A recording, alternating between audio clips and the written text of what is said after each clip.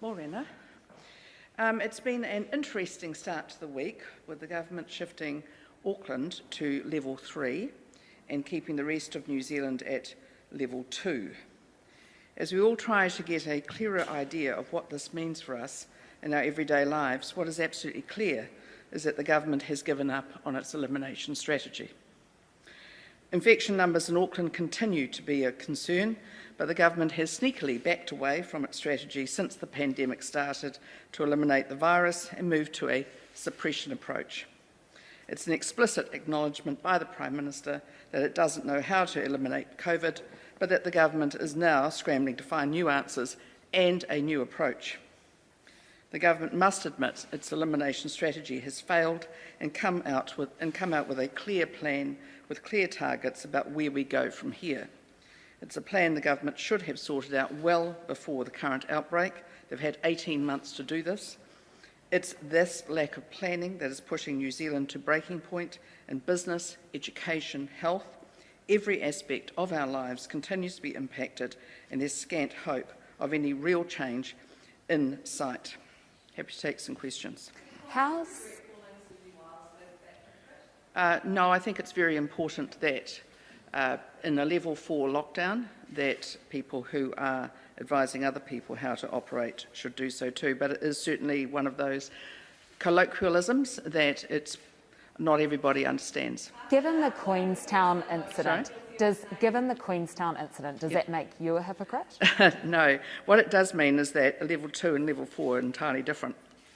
And the rules around level 2 have been very unclear, but again, we would do it differently, and certainly it is important. I could have kept my mask on for another 1 or 2 minutes. Oh, absolutely. I think we would have put it on. We would have kept our masks on a little bit longer. Thank you. We'd have kept our masks on for another minute or so, and we'll certainly do it different next time. Yeah. Yes. It is number one, it's hypothetical, because number two, we would have had in place the ICU beds that we need to have in place to deal with that. We also would have had the vaccines in place well before they have been. We would have had surges on the vaccine well before a level 4 lockdown. We would also have had in place a better MIQ booking facility and contact tracing. So these are all things that we have talked about for a long time, including rapid antigen testing. And there's number one thing is we would not be letting prisoners leave Auckland to go and take COVID into the Waikato. Jason. Are you worried about being rolled as the national target? No, I'm not. Why not? You're only at 21% in the poll. That's pretty low. No, what I am concerned about is the government still has not got any proper plan around COVID, and they have changed from elimination to a containment strategy without anything in place to protect New Zealanders. Have you talked to anyone? Craig. None on anything like that. No. Have you?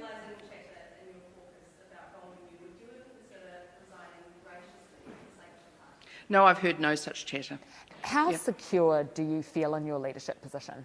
I feel very secure in it, and I know that the caucus is working very hard with a common goal of holding this government to account, but also of putting out our plans around COVID and also the plans for the economy. We are very concerned that New Zealanders, and particularly small businesses, are hurting massively from this failure of government to protect New Zealanders, to failure to be able to prosecute their elimination strategy, their failure to get vaccines into the country and into people's arms, their failure to prepare for lockdowns, and we have now got businesses going to the wall, and that's what we're concerned with. How frustrating is it that the focus is on things like not wearing a mask, a bit of an own goal, when you really would rather be talking about the issues that the government has with COVID? Well, that's why we are talking about the issues that matter to New Zealanders. The fact that we are in a position as a country where we have been in, Auckland has been in a level 4 lockdown now for 5 weeks. It is absolutely outrageous that the government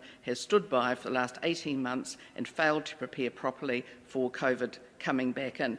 Everyone else knew about COVID Delta. It was around since last year.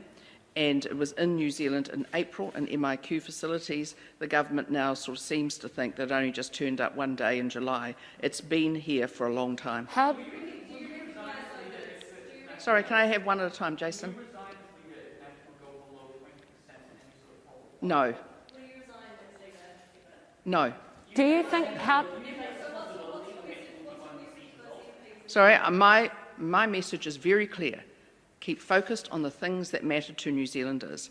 Keep constantly thinking about how, as a national party, we can do a constantly better job of holding the government to account, because these are the things that matter to New Zealanders. New Zealanders are concerned that they have been let down by the government when it comes to COVID. They're also concerned that the government has no plan for life after lockdown. Well, we have a plan, and it will be released very soon. How do you think that?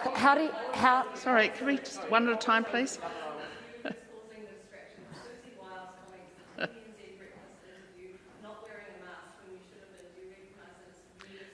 No, I think it's very, very focused. We are very focused on things that matter to New Zealanders. How do you think that Christopher Luxon did in the Q&A interview? I thought he did very well, and I'm really pleased with the work that he's been doing around Three Waters. I've made it very clear it's a huge job, Three Waters, and the work that he's done with local councils has been excellent. Did it make you feel nervous? No. Sorry, one at a time.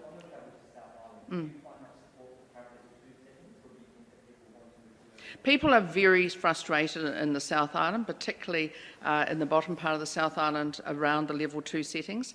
They are saying very clearly that they have not had any COVID in the South Island for almost a year, and here they are under restrictions. So it is really clear that they are saying, well, why aren't we on a level 1 footing?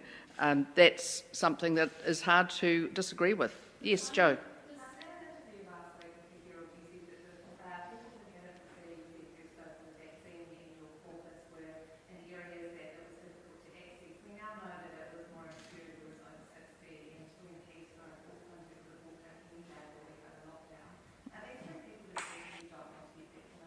No, I haven't been told that at all. It's certainly, I've said to people that I would never force anybody or attempt to force anyone to have a vaccine. But if anyone is at all unsure, then Dr. Shane Retty is available, other medical practitioners are available to discuss it with them. But I do believe that people have to have freedom of choice. We cannot physically force people to have vaccinations. Sorry, Thomas?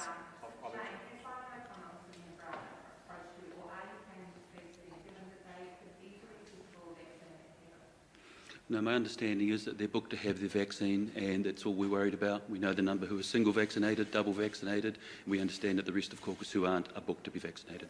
Thomas. So your party has talked about sort of sanctions for some employees who do not choose to get vaccinated under sort of health and safety rules. Would you adopt a similar stance? No, what we've made clear is that employers have to have certain liabilities under the health and safety legislation, and we've also said very clearly that the government has to give some clear guidance to employers so that they don't find themselves in difficult positions on this. But I've also made it very clear that the National Party stands up for personal responsibility and personal choice, and that I expect that our MPs will be vaccinated, but if they're not, that is entirely up to them.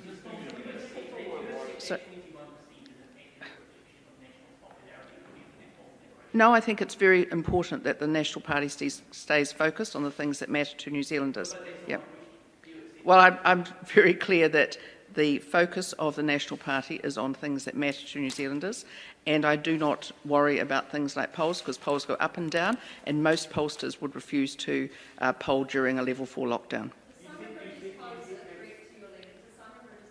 No, he's a very positive contributor. Thank you.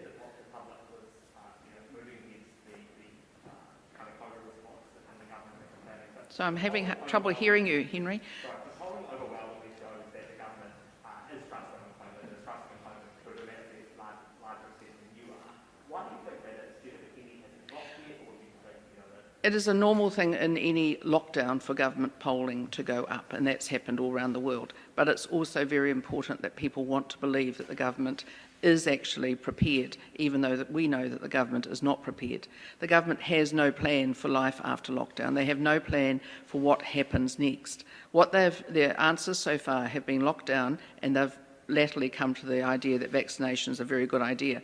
So there has to be something else, and as we've said, they've quite clearly moved away from their strategy of elimination into containment. We're also asking that the government release the advice that they got from the Director General of Health before they made their decision on the level 3 lockdown yesterday in Cabinet. And we expect that you'll be, and media will be wanting to see that too. It's really clear. I heard Dr. Bloomfield this morning. It was clear it's not necessarily the advice that he gave. Well, I've just said,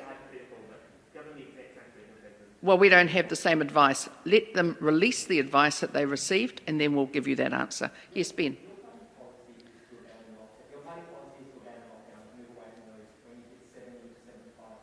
Yep.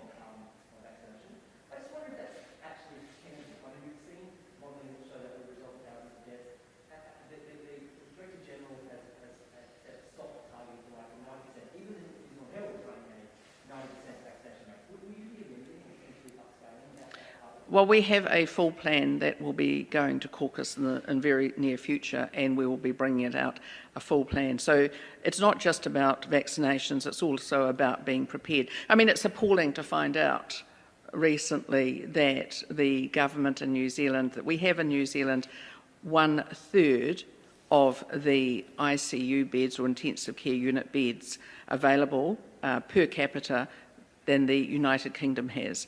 And that is one of the reasons that United Kingdom can actually open up when they've got 60-odd% of the people double vaccinated. The fact that we are in a position like this, where it is level 3, level 4 lockdown, level 2 for the South Island, is entirely down to the government. It's entirely down to the government when it comes to vaccinations. They failed to actually get the vaccinations ordered until the 29th of January this year. They failed to really prioritise it through GPs, pharmacists and other healthcare professionals. And what they've done now is they've failed to prepare for ICU beds. They've failed to prepare the hospitals. They have failed, and that's one of the problems. We've seen the Jessica. we've seen the Jessica. Sorry, we've seen the Wanaka couple, and we've seen the KFC guys going across the border. Do you think the rules are strict enough and the punishments are harsh enough for people who break them? Well, I think it's very confusing for people, and what we're seeing is we see people asking us in our electorates whether or not they can get an exemption to go to school, and being told no.